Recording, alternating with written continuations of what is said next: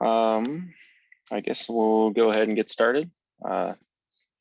This is the session intended for kind of new teams getting started into solar car racing, or just kind of generally if you're new to the event at least. I know in one of my previous presentations, there were some issues where my slides are not changing. So if that happens, let me know. I'll have to drop out of the meeting and get back in. Not sure what the issue is there, but okay.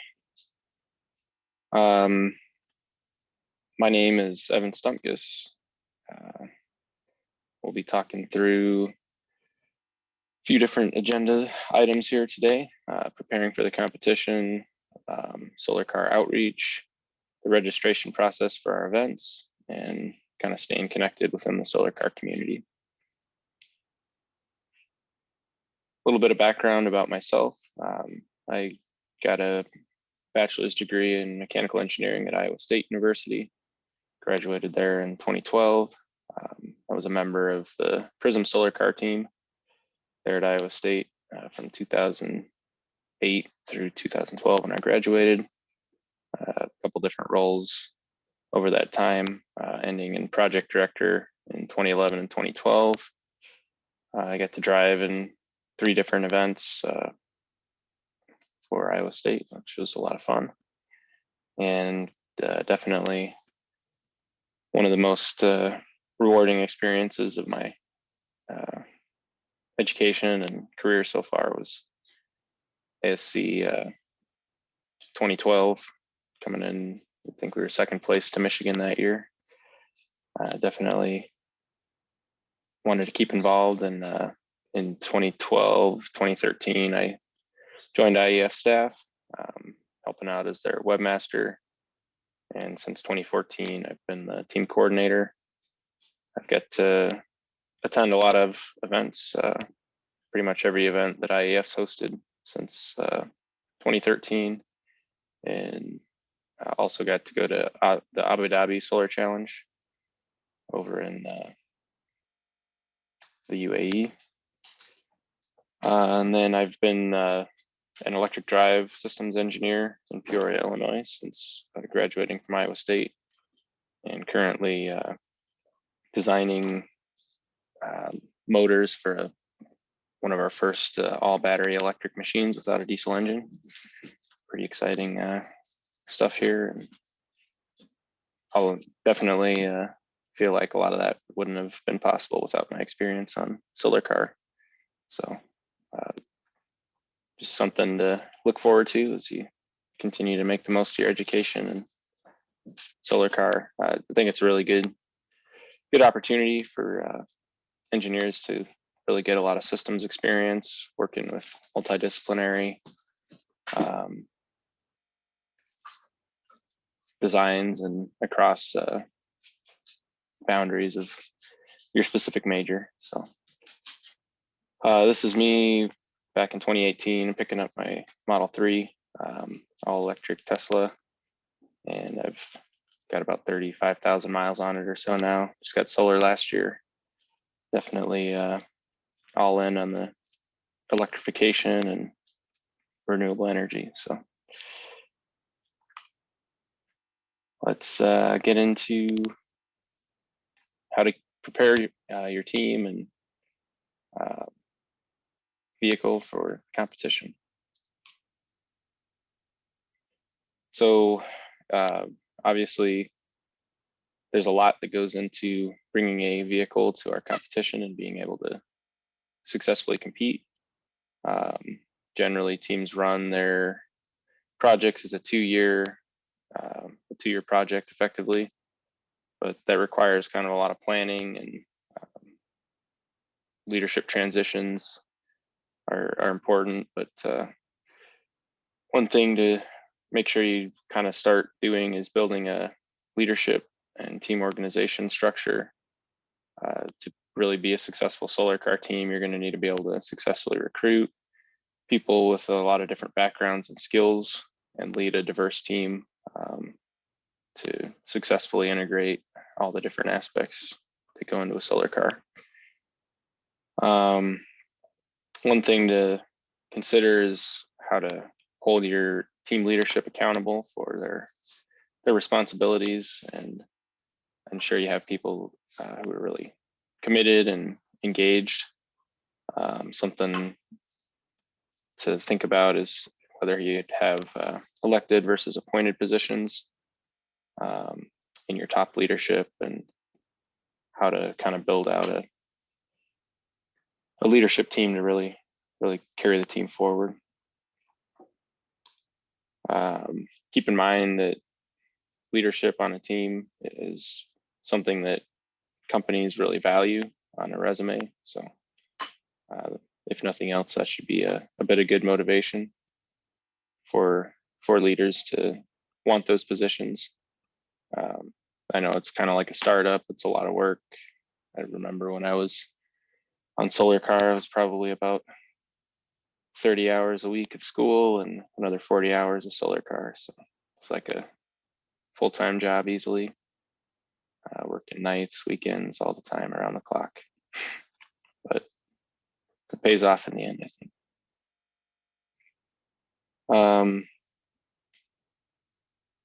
Team onboarding is another area that a lot of teams kind of struggle with. So I know in some of the previous sessions last weekend, there was talk about how to provide good training opportunities to members. Obviously, that's a bit more difficult here in the era of COVID, where you can't necessarily do one-on-one training. But hosting team building events, even during COVID, something that is important to kind of keep your whole team engaged and interacting with each other. It's really hard to build a solar car if each sub team doesn't talk and collaborate with the other sub teams. So making sure that people have good avenues of communication is very important. Another thing is you get ready to come to competition, planning some sort of a mock race to train people on competition roles. It can be a very effective way. We're probably in a situation now where many teams have only a handful of people who've even been on previous competition before. So kind of transferring that knowledge of roles and responsibilities and how to successfully field a race crew in the competition is something good to practice and not be figuring out for the very first time when you come to the event. And just always be on lookout for talented new members. Try and find the shining stars that may become your team leaders in the future, and get them responsibilities and engagement as early as possible. I guess if you're just a brand new solar car team trying to get into the competition, you may be struggling or trying to work with your university to find a viable workspace to build your vehicle. It takes quite a bit of space, honestly, to build molds and have a chassis. All the things that go into a solar car probably need a 2-bay shop minimum, with access to air tools. Machine shop is definitely a plus if you have something on campus where you can machine your own components for suspension, things like that. If you have access to any composites, workspaces, or autoclaves, I know some universities have that type of equipment, and like aerospace engineering departments. And then really start networking with other teams and staff. There's really a lot to learn if you're just starting out. So try and make the most of this conference.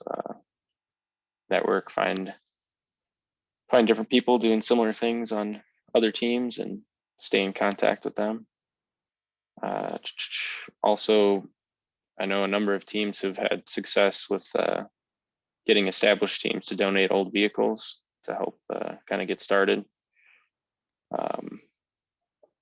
A lot of established teams don't really have a ton of space to store their old vehicles, and some of them are more than happy to get them to a new team, and that's definitely a time saver. In terms of scheduling, there's 3 main areas that you need to balance between design, manufacturing, and validation. Unfortunately, validation is something that kind of often gets crunched as everything else gets delayed. And that's unfortunate, because validation is really important in terms of being able to have a reliable and durable vehicle to make it across the entire American Solar Challenge event. But in general, scheduling and finding ways to stick to a schedule are going to be key to a successful project. One thing we always did at Iowa State was try and build and schedule key milestones in advance.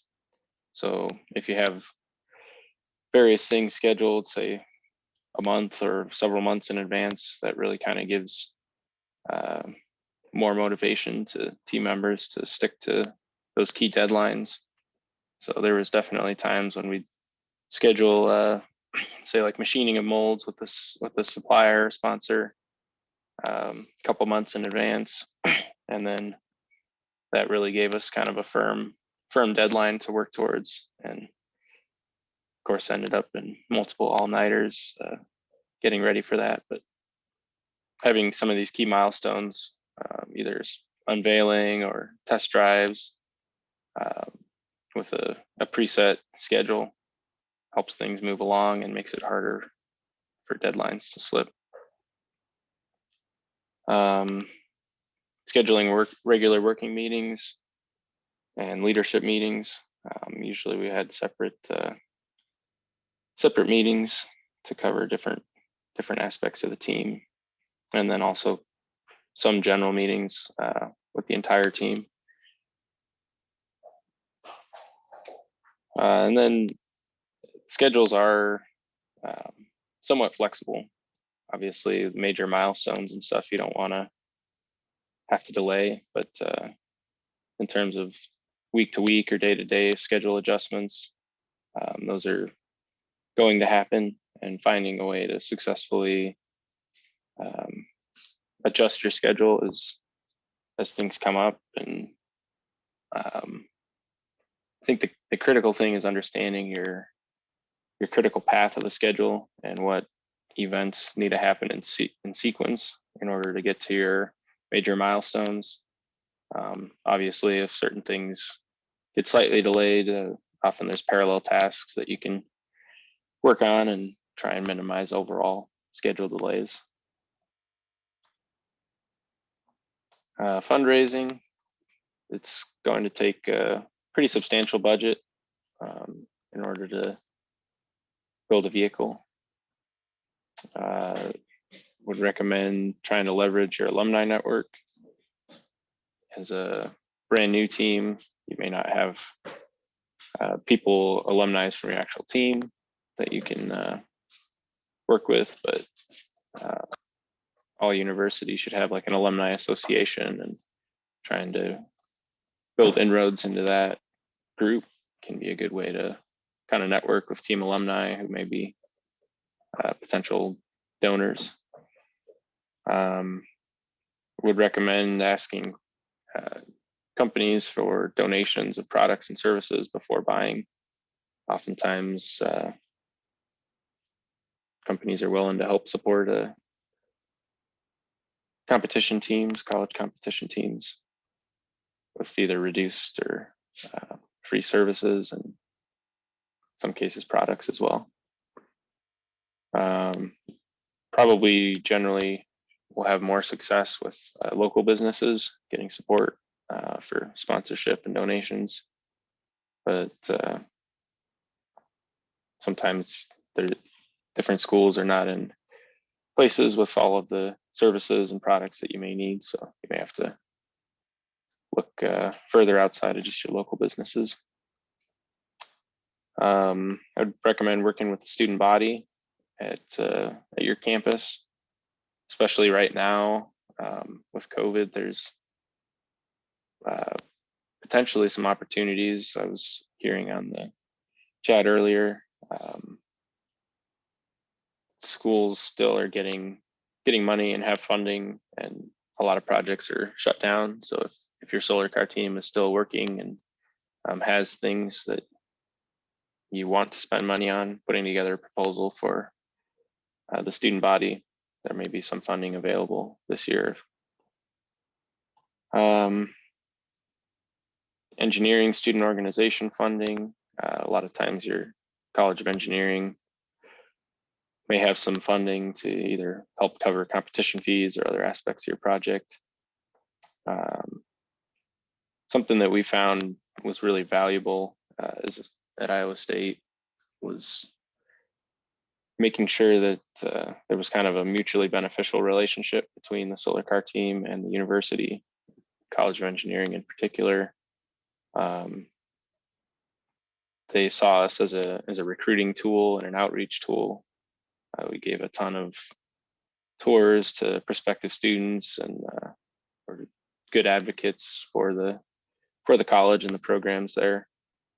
And in turn, they helped us out in a lot of ways, funding and otherwise. But just maintaining that positive relationship with your university is definitely an important aspect.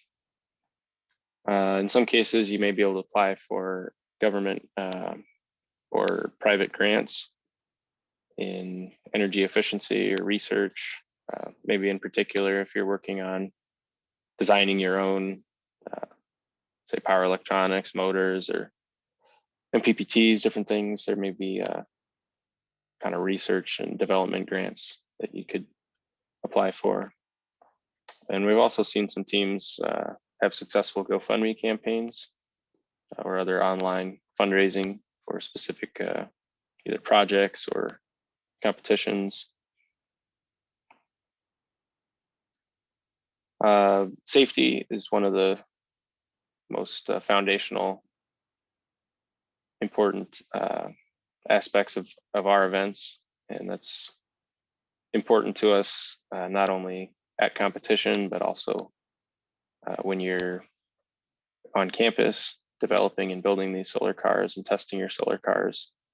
We're dealing with lithium ion battery packs in many cases and voltages, which could definitely cause serious injury if safety protocols are not followed. We do require that teams appoint at least one safety officer to function during the events. We've got a team safety kit that's specified in the regulations, various things that you need to have with you and access to at all times. Bringing the proper PPE to our events and working safely throughout, it's going to be a requirement. And then there will be certain safety scenarios through scrutineering that teams will be required to demonstrate that you can coordinate responses and appropriately respond to some mock safety event that we'll give you. So just kind of training your team's response to that would be good to do in advance of the event.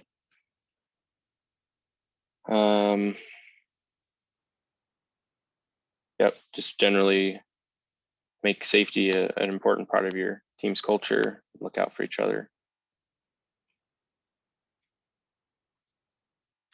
Let's move into solar car outreach. Outreach is probably an important enough area of the solar car team to devote a key leadership position to fulfilling the needs of outreach and communications. So This was definitely one of the ways that a lot of our team members at Iowa State kind of got to learn a lot about the vehicle and learn from more experienced members. So outreach event attendance was basically requested of all team members. I think we had certain minimum number of events that every team member would have to attend each semester, but we usually had pretty strong attendance at our outreach events, and that was a really good way to kind of get team members across different sub teams to get to know each other, hang out, and then learn about different aspects of the car that you may not be working on directly. And then it's also a good way to learn kind of speaking and explaining the vehicle to the public. Solar car facility tours, that was a big thing that we used to do. Again, the College of Engineering and the university was very thankful of our efforts there. We also visited a lot of colleges, high schools, middle schools to do presentations. We'd oftentimes do like a mock event where we drive the solar car either to the school or at the school in a parking lot or something to demonstrate it. Also, like freshman orientations at your university or college, we could have a presence there, get people excited about it, let them know if they're interested, how they can join your team. The first robotics and Lego League event competitions, we also had a lot of presence there. Sporting events, various conferences, parades. A lot of schools will have some sort of a parade throughout the year, and making sure you have a solar car in it. It's a pretty cool way to stay visible. And then also like state and local fairs may have an opportunity for you to display your solar car.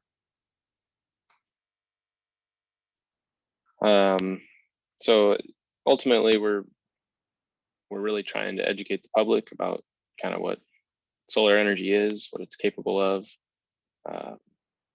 and just a really unique engineering project of incorporating that into a vehicle that can basically drive with the own energy that it produces. You'll have a lot of different audiences at different outreach events, so understanding kind of how to tailor your message to that, be able to break the car down really to very basic concepts, or if certain events are more technical audience, going into more detailed information.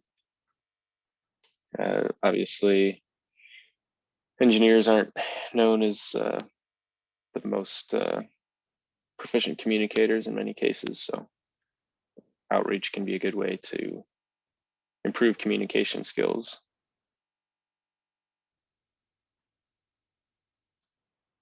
I already kind of touched on this, but yeah, outreach is a really key way for new team members to learn a lot about the solar car and be able to explain it themselves.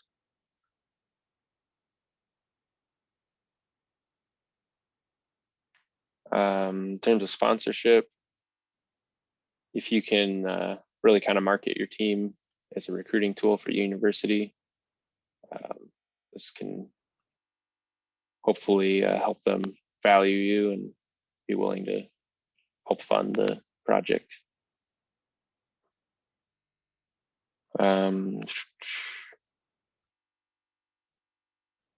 Outreach can also be effective at getting sponsorship from organizations that might come and see the vehicle at an event. And then also it's a good way to interact with your sponsors. So once you do have sponsors, trying to visit them with the solar car and show it off to various employees and stuff. It's a good way to continue to nurture that relationship and hopefully get further support.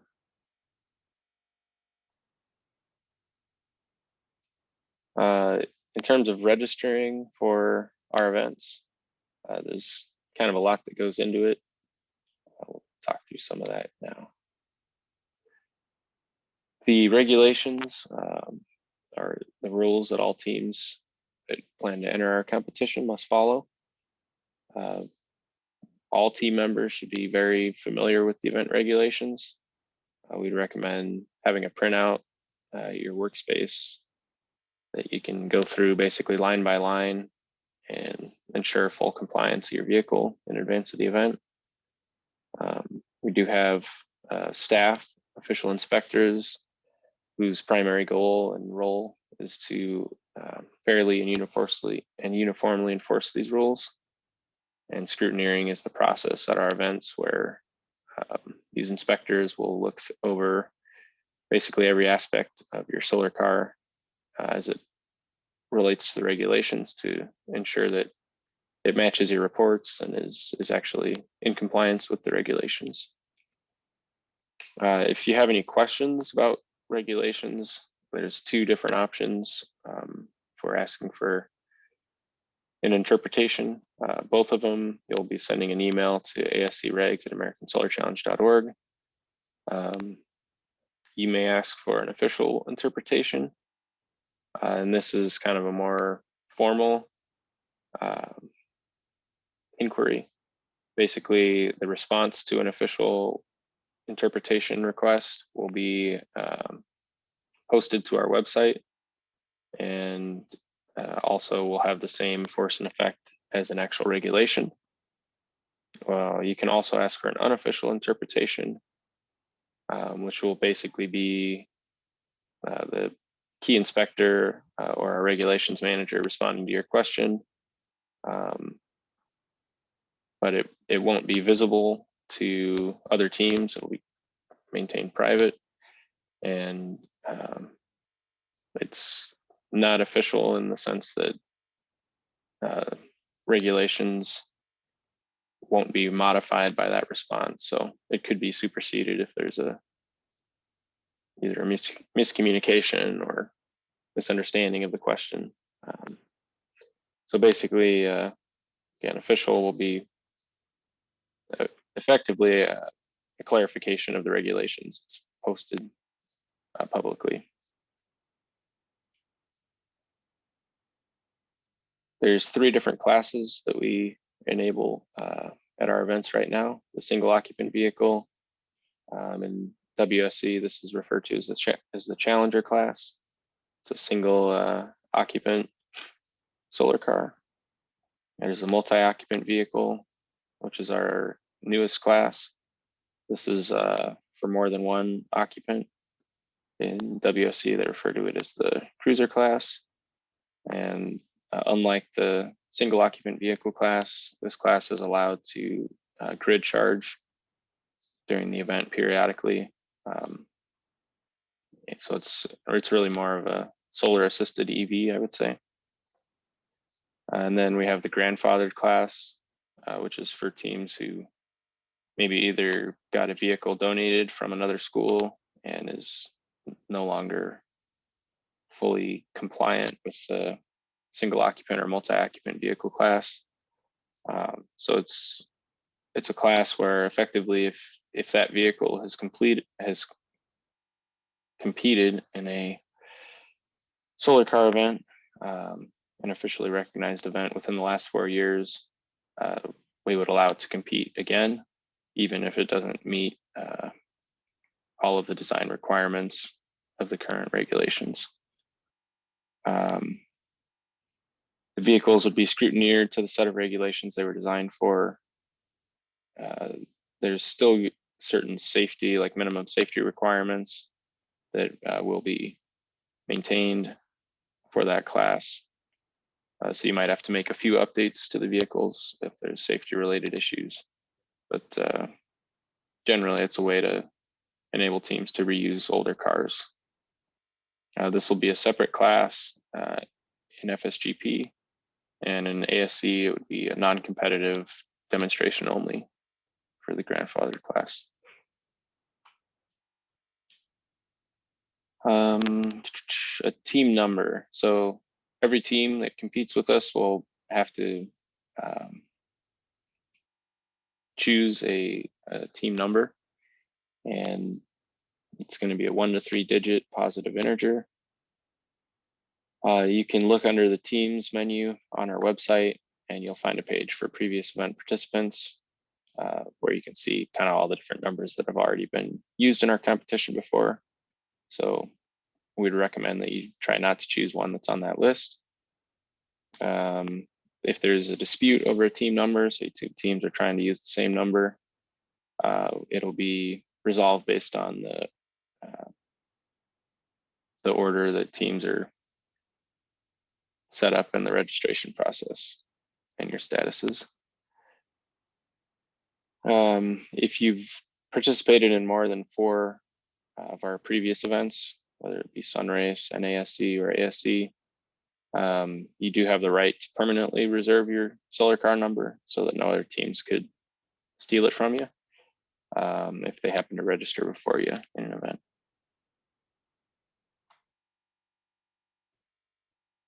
There's various different registration packages with different due dates for each event.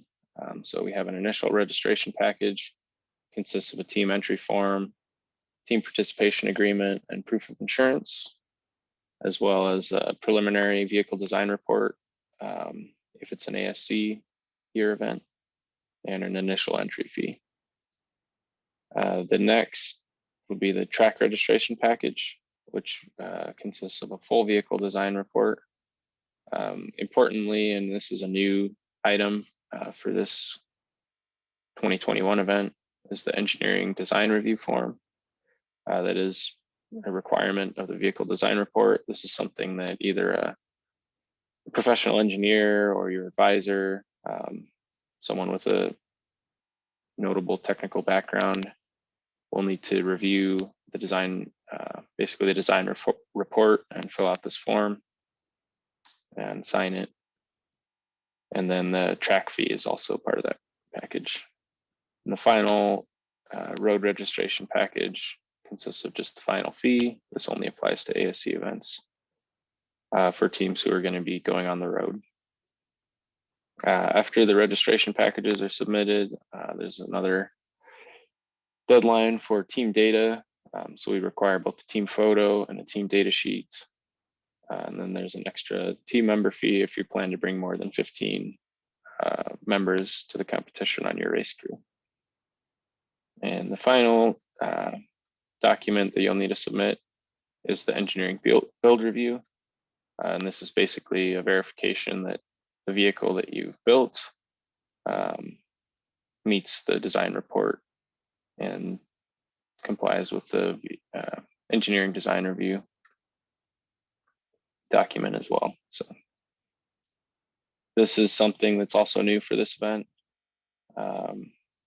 It's kind of an attempt to ensure that teams have actually built their vehicle before they come to the event and have looked at the regulations. We've had too many events in the past where we got teams that come without a vehicle that's been built and try and build it at the racetrack, and that's not a great way to have a successful event.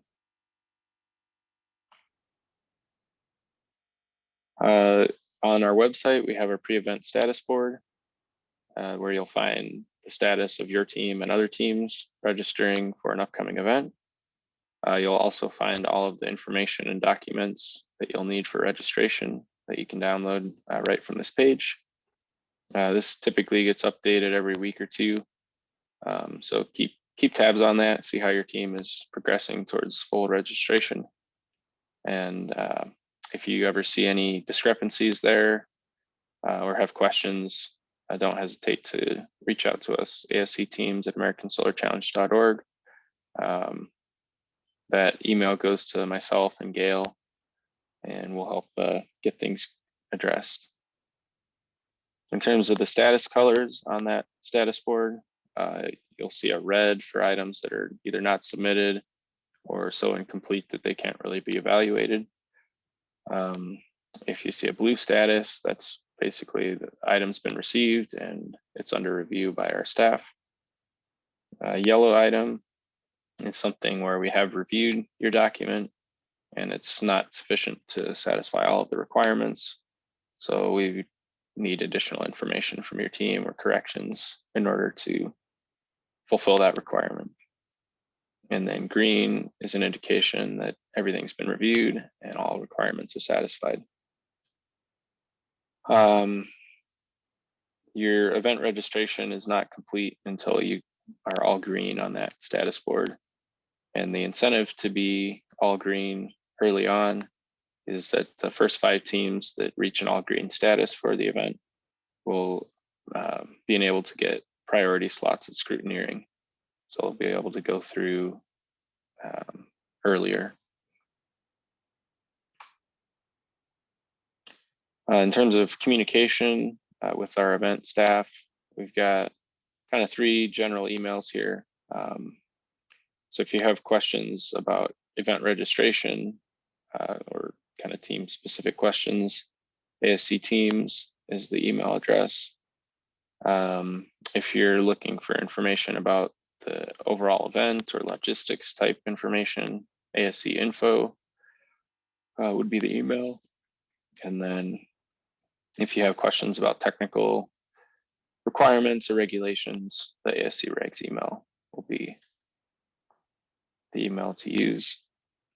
In terms of responses, I guess all of our staff is 100% volunteer.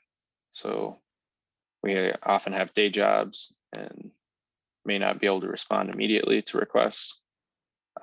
If you consistently aren't getting a response, feel free to try contacting like Gail or myself directly is fine. It's possible maybe there's a issue with one of the emails and it's not getting through to the right inspector, but most likely it's just taking time to review and respond to your requests. In terms of teams, you also need to set up a generic team email for communications with our event staff. This needs to be maintained across events, ideally. So we don't want this email changing all the time. We'd like an email that we can just always reach your team successfully. It needs to forward to your team's current project manager and team advisor.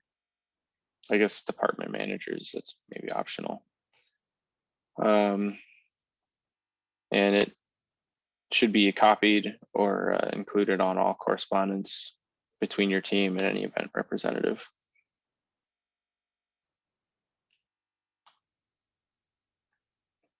In terms of legal agreements, this is something that is often a challenge for new teams. There's two key documents here, the participation agreement and proof of insurance, which both can take quite an extended amount of time to successfully submit. We set the submission deadline for these early on in the registration process with the goal of having you start working on that soon. There's really no true deadline for this other than if you don't have the documents submitted and agreed to before the start of scrutineering, you will not participate. Unfortunately, we've had some situations where a new team has come to the event and even had a vehicle that they got working, but the school couldn't agree to the team participation agreement in time, and they weren't able to compete that year. We did get it worked out eventually for following years, but this process again can take months to resolve back and forth. Basically, the team participation agreement is a legal document that needs to be agreed upon between our board of directors and our legal counsel, as well as your universities. And that would be likely someone in risk management or legal department of your school. So we'd recommend finding out who the right person will be to review and sign that document at your school as soon as possible. There's often modifications in wording and language that need to be made to that agreement based on your school's specific requirements. So if your legal office has requests to change language, you can submit a marked up document to ASC team's email, and we'll review that. If it's acceptable, we'll let you know. Otherwise, if we need further changes to it, we may need to get like a conference call scheduled with your university and your team to further discuss. In terms of insurance, that's another area. Basically, we require all teams to carry a general insurance and automotive liability insurance. I should say general liability insurance and automotive liability insurance in order to compete. The auto liability insurance is not, it's not required to cover your solar car. It's really required for all of your team support vehicles. So whatever lead and chase and truck and trailer, all of those vehicles need to have proper liability insurance. With regards to your solar car specifically, it'll kind of vary state to state. Some teams don't actually register their vehicle as a official vehicle with a VIN, etc., which would be required to have insurance in many cases. So they may have it sort of as a test vehicle, which could be covered under their general liability. But all of your production vehicles with VIN numbers and etc. will need to have liability insurance in order to participate in the event. In terms of the general insurance and the liability, many schools have self-insurance that can cover your teams. This is usually the cheapest and easiest way to satisfy the proof of insurance requirements. However, it is possible that your school may not have the right insurance to do this, and in that case, it's possible to get coverage from a third-party insurance provider. That's something that some teams definitely have done over the years. Another thing we run into a lot is insurance renewals. Oftentimes your insurance policy won't renew until after the submission deadline for our proof of insurance. In that case, you can submit your current policy that expires before the event, and we'll give you a temporary green status with an asterisk. And once you submit the renewed policy, that will be able to get you a full green status. Our event is open to higher education institutions only. So the college and university is considered the official participant in the event. We don't allow participants to be individuals, teams, companies, high schools, anything else other than a college or university. So in terms of the team participation agreement, the college name and university name needs to be listed as the participant on the first page and second page of the document, and the appropriate person from the university with the right level of authority to legally bind the university or college needs to be the one signing that document. The college and university likewise also needs to be listed as the insured entity on the proof of insurance. So I guess if you're using fleet vehicles from your university as your lead and chase and truck and trailer, the school's self-insurance policy should be able to cover that for the automotive liability insurance. through their fleet vehicle program. If you're bringing individual vehicles or renting vehicles from a third party, you can provide their own proof of insurance for those specific vehicles.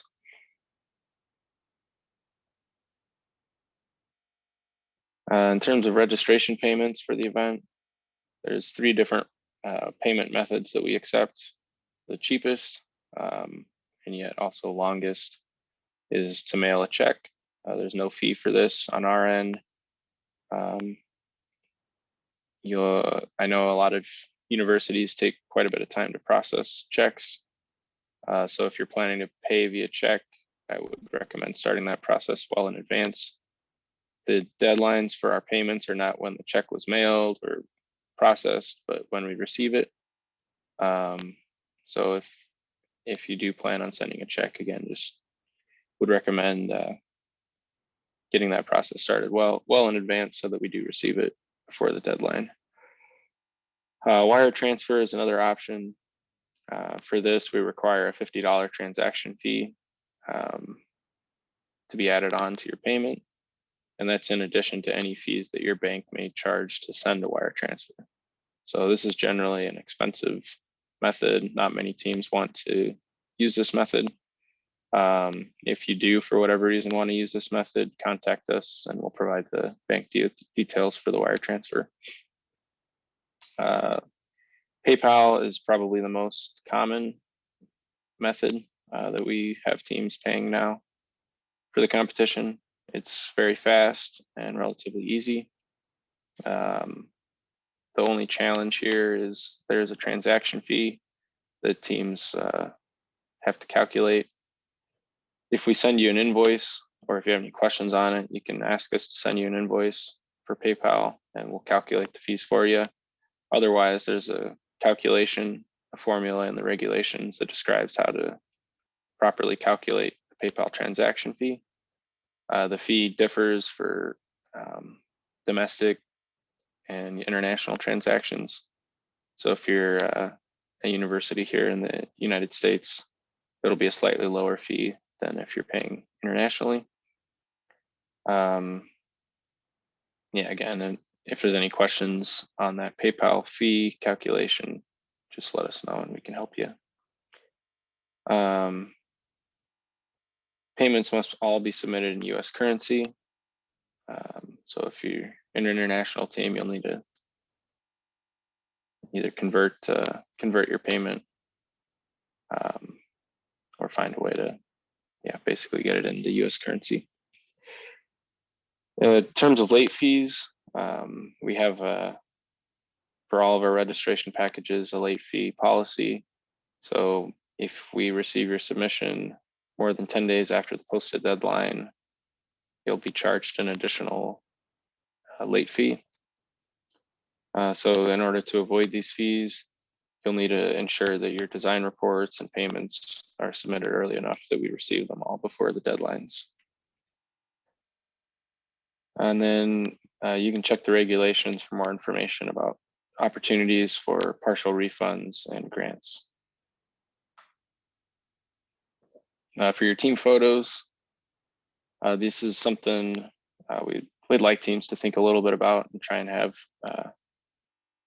cool photos that really shed their team in a nice light for publicity purposes. Think about the backdrop carefully.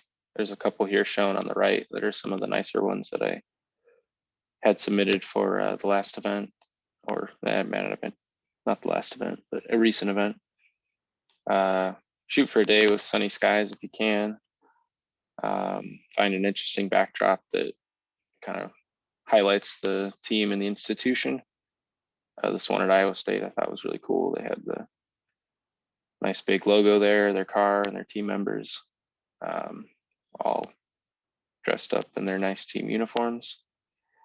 Try and make the backdrop not so large that you're able to still see the team members and Solar Car prominently. We want to see the car in your team photos in as complete a state as possible. So some teams may be very behind in their build schedule and only have a frame or a body or whatever that's not painted yet, that's okay if you're only at that state. Obviously, we'd like to see a finished vehicle by the time the team photos do, but we understand some teams are not able to meet that. And try and include as many people in that photo as possible who are working and contributing to building the car. And we use these photos on our website and in our event programs and other publications. So in terms of the actual submission, we require a resolution of 350 by 234 pixels minimum. So that's pretty low pixel count. We'd expect to see normally a much higher in a JPEG or PNG format. Please take your photos in landscape orientation, and we're going to apply a 3:2 aspect ratio crop. You can apply this crop for us if you prefer, or we'll crop it otherwise if you send it to us in a different aspect ratio. And if we can't crop it without removing essential parts of the picture, we'll put black bars either on the edges or top and bottom as necessary. In addition to the photo itself, the file, you'll need to submit the team photo form, which can be downloaded from the team status board. This is basically, it'll allow you to provide the names of the team members in the photo. If you miss the deadline, you may be omitted from the event program. Just kind of a bummer. When people are on the event, we hand out these team photos to hundreds or thousands of people. And if your team isn't in there, it's kind of unfortunate. So don't delay this team photo. And the team photo form will also have a little bio blurb that you can put in that we can use in our social media posts. So in the advance of the event, we try and post the team photos out as well as a little description about your team.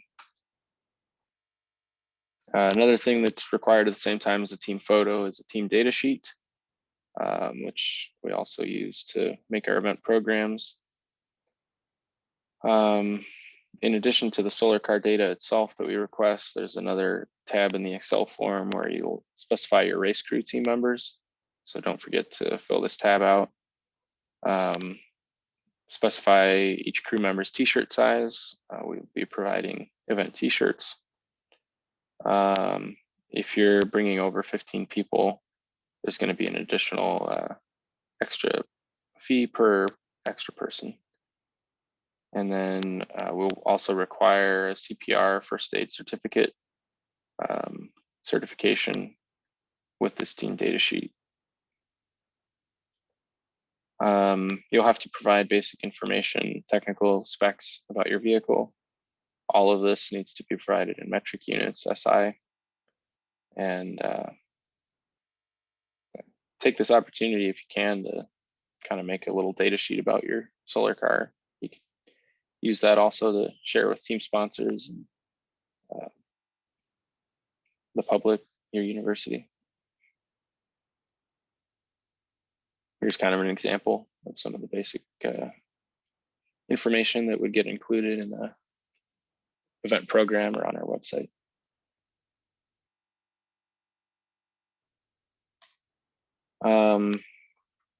This final section is about staying connected. ASC does have both Facebook and Twitter social media accounts. So if your team has one or both of those, go ahead and follow us. This is a good way to stay up to date during the competition. We post a lot of like up to the minute updates on Twitter during FSGP.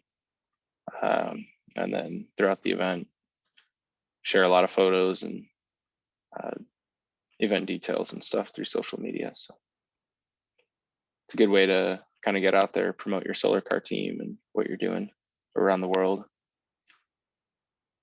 Yeah, you could have a dedicated team member to manage your social media. Maybe your outreach communications director could handle this. We have 3 main event hashtags. So this event, we've got Solar Car Conf 2021, and then FSGP 2021 and ASC 2021. We do offer several discussion groups.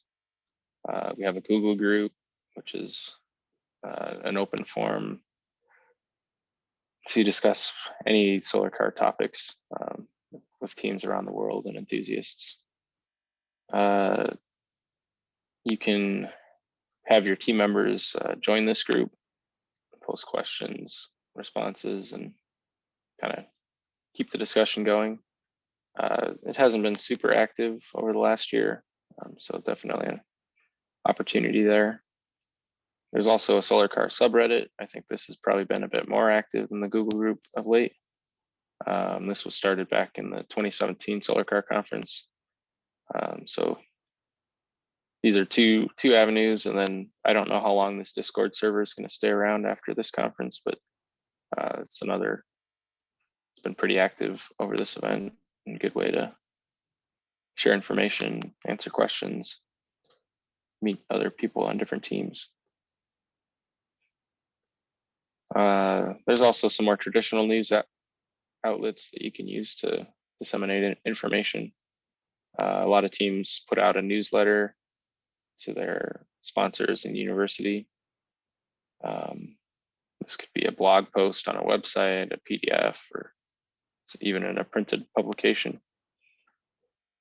It's a good way to keep alumni and sponsors up to date about what's going on with the team and request more money to help your project keep going. Oh, let's see.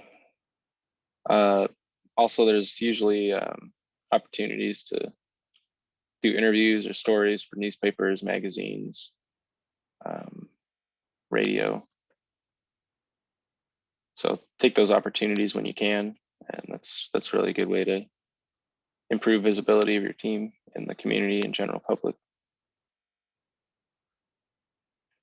Additional resources on our website. We've got a competition menu. This is where you'll find information about previous and upcoming competitions. Regulations menu is where you'll find the latest regulations, our official interpretations, and approved solar cells. There's also some mechanical and electrical vehicle design resources linked out on that regulations page. In the teams menu, you'll find team registration and status forms, a list of all the teams that have competed in our events. There's a media menu as well. You can use that to download graphics for ASC and FSGP. If you're putting those on your shirts or whatever for the event.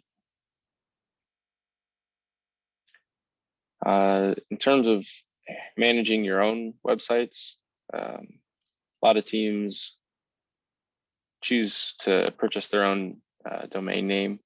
If you've got a unique team name or whatever, a good, quick, easy way for supporters to find your website.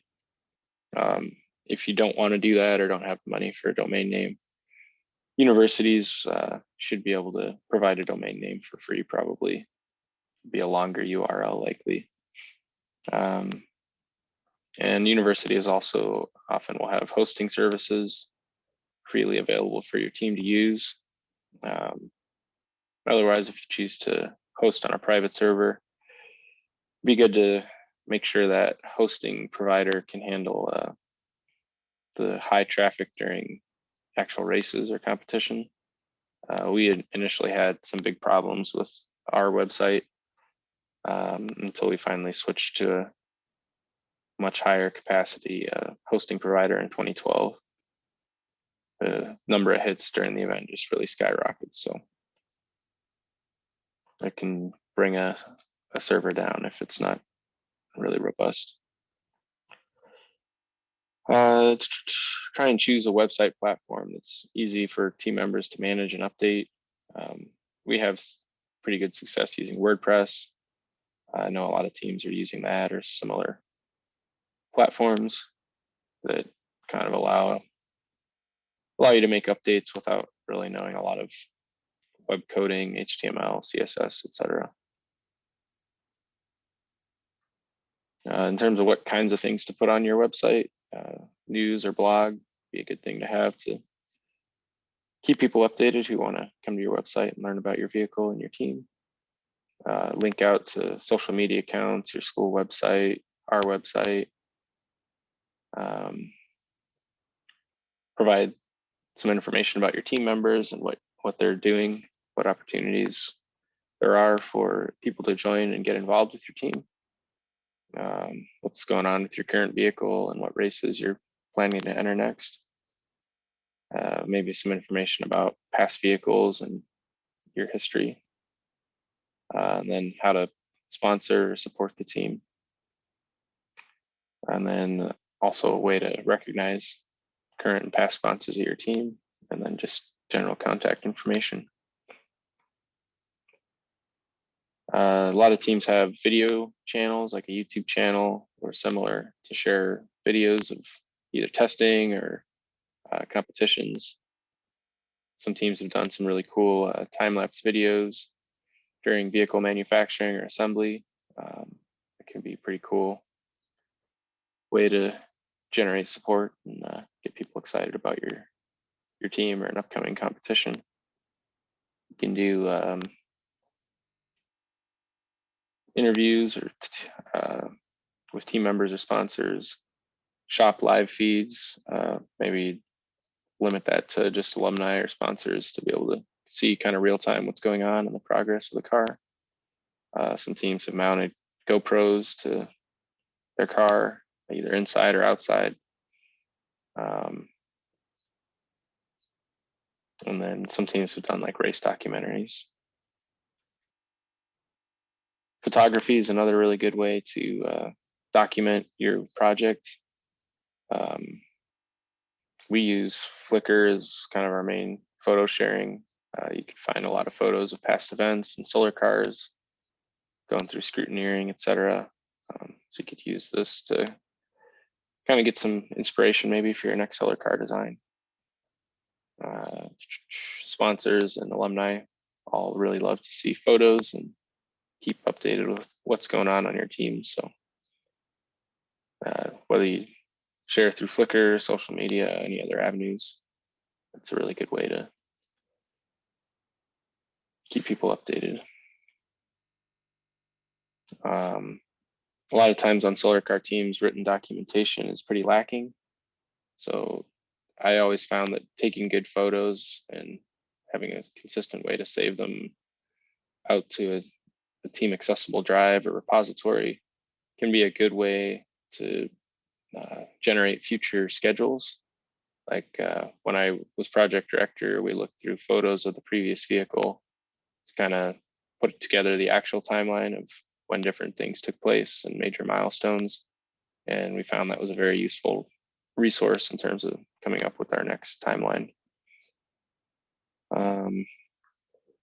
Pictures can also be a really good reference for servicing the solar car, ensuring things go back together properly, or a good resource as well for designing your next vehicle.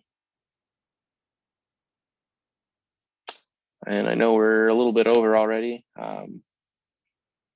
Does anyone have questions or want to have a discussion? Unfortunately, previously our sessions were an hour and a half for in-person events, so a little bit less time here.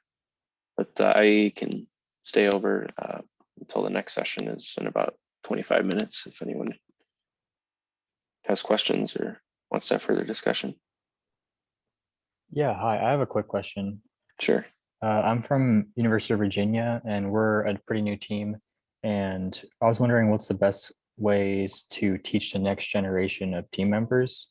Like you mentioned, documentation, because Yep. our documentation is pretty messy right now and it's too much to go through on Google Docs. So what's a better, more encouraging way to teach people?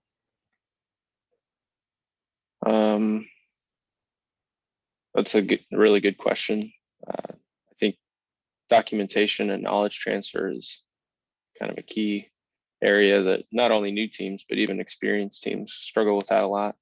Like University of Michigan in the past has had some pretty good presentations on that topic and how to transfer knowledge. I think having some sort of repository, whether it's a team share or GitHub, some different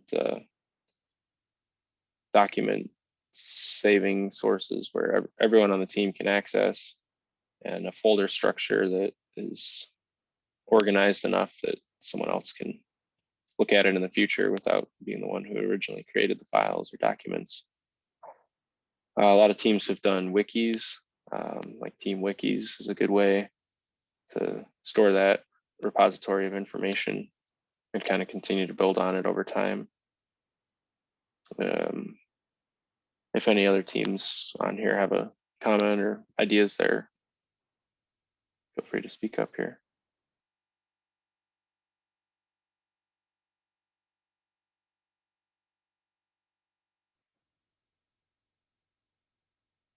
Any other questions or discussion?